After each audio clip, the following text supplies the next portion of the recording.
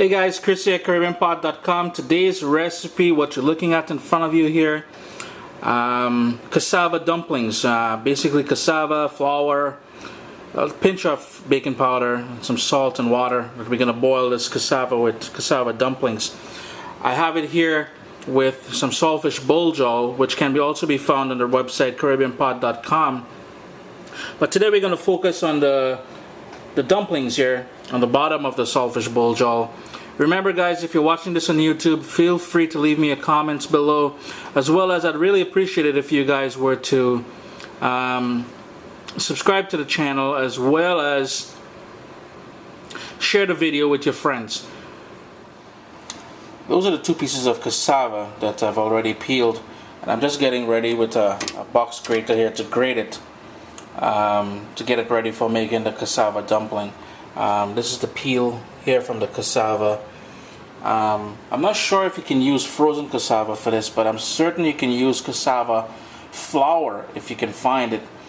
The only difference is with the cassava flour, it will have a different texture than with the actual grated fresh cassava.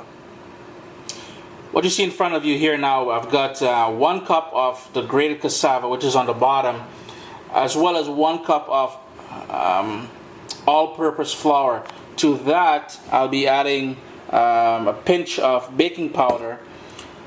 And for boiling the actual dumplings, we're going to salt the water. We're going to salt the water with about maybe 1 tablespoon of salt. So this is how we're going to go about doing the dough for the cassava dumplings. Now remember, the grated cassava will be pretty moist, so I really cannot comment and tell you how much water you're going to need. Because again, I can't tell how moist your cassava is going to be. Usually the grated cassava has a lot of liquid in it, so work it first and add water as necessary. You want a nice firm dough, and add as water as necessary, I guess. So I've worked the flour and the grated cassava a bit here, and you can see it has gone sort of pebble like big pebbles. So now I know that I need to add water, so I'm going to start adding water 1 tablespoon at a time. I'm guessing I'll probably need about 1 tablespoon to 2 tablespoons of water in this to make the sort of firm dough that I'm looking for. So this is the dough all ready after I've worked in the flour, grated cassava, as well as the pinch of baking powder. I ended up using anywhere from 4 to 5 tablespoons of cool water in making this dough, so I was a bit wrong, I was a bit off in the earlier clip that I took. What I'm going to do now is I'm just going to get some plastic wrap, cover this bowl, and allow it to rest anywhere from about 15 minutes to 25 minutes or so. And then we're going to work the dough a little bit more into forming the actual dumplings that we're going to be boiling. I have the dough here sitting, it's been soaking or resting for about 20 minutes now.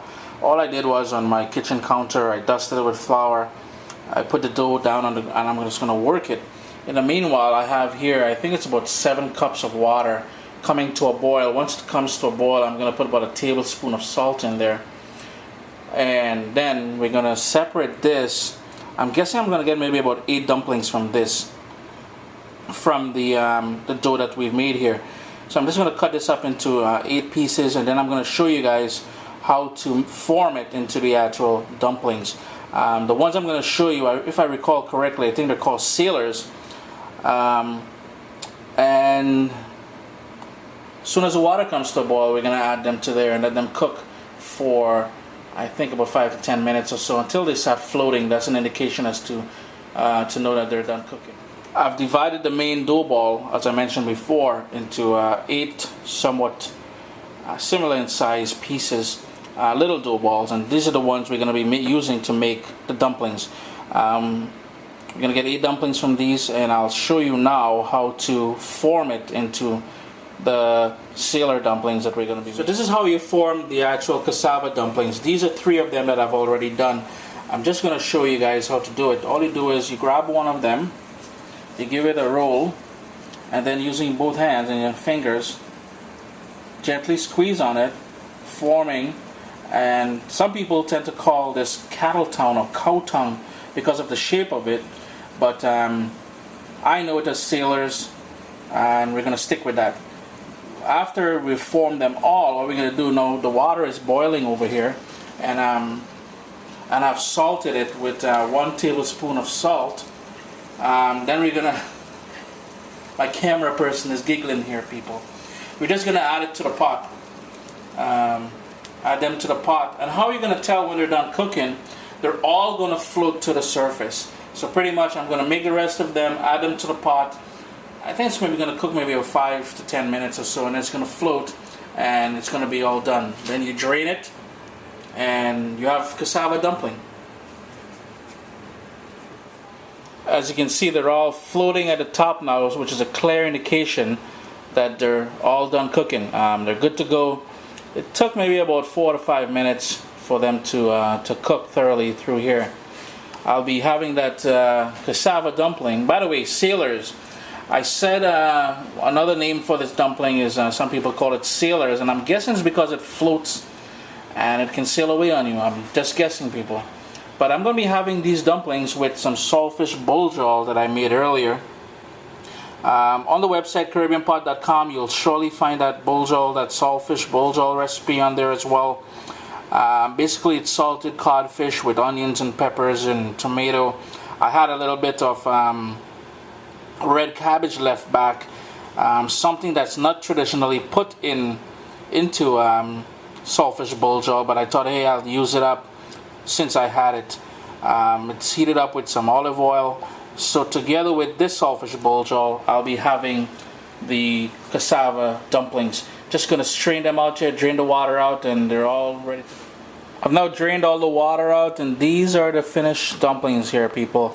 You can certainly eat it very basic with just some olive oil on there, or some salted butter, just about anything. You can refry it up with some onions and garlic and peppers and stuff like that. But I'm going to be having mine with the saltfish bulgur I showed you guys earlier.